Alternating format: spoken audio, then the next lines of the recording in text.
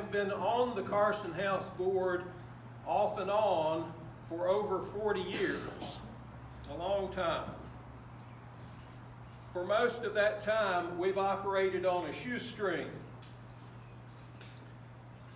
For most of that time, our savings, our rainy day fund, has been less than $30,000. And so there was no way that we could take on building a visitor center. It has only been recently that that picture has changed.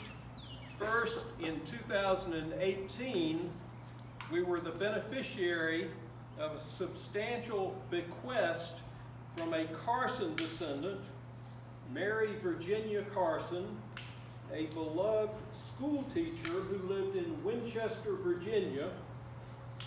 The Mary Virginia Carson gift has given us, or first gave us, some breathing room.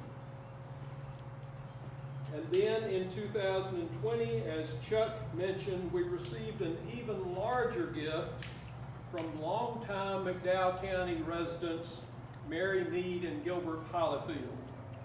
It is the Hollifield gift that gave us the confidence to dust off the plans and move forward with the Visitor Center project. You will hear us refer to the Visitor Center as the Interpretive Center. And that's because we want to emphasize that we're going to use it to help us do a better job of telling the story of historic Carson House. We may be a little biased, but we think we've got a big and interesting story to tell. There's drama. Davy Crockett racing here from Saluda to report the outcome of Sam Carson's duel with Dr. Vance. Union troops ransacking the place in the closing days of the Civil War. But there's also a deeper and broader story.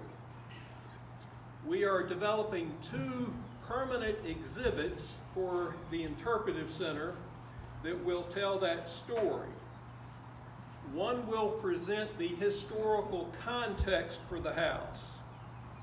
That story begins not in 1793 when the cellar for the Carson House was dug, but in 1775 when John Carson, just 23 years old and recently immigrated from Ireland, arrived here on the western North Carolina frontier. 1775. What a momentous time. We were still a British colony at that point. And along with the 12 other colonies, we were about to declare our independence. In 2 years, our country will celebrate the 250th anniversary of the signing of the Declaration of Independence. You better believe we can tie this place to that history authentically because of John Carson.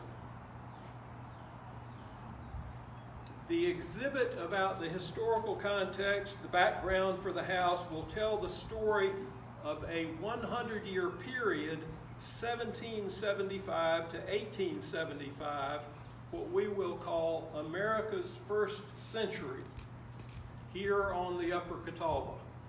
It's good history. It's sort of the story of America happened right here, and it really did.